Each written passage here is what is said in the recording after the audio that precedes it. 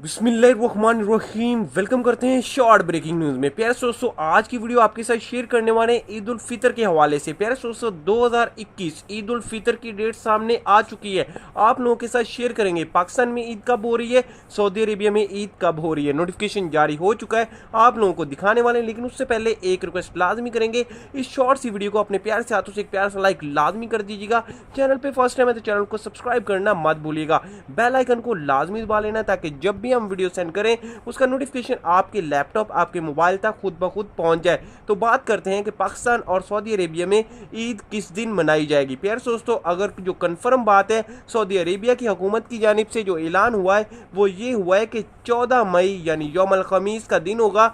14 मई को Saudi Arabia में ईद होगी। इस हिसाब से देखा जाए तो 30 रोज़े होंगे और पाकिस्तान में भी 30 ही रोज़े होंगे और ईद उल फितर पाकिस्तान में भी 14 को ही होगी। इंशाल्लाह सऊदी और पाकिस्तान में एक ही दिन ईद मनाई जाएगी। बड़ी खुशखबरी थी, सोचा तक लाजमी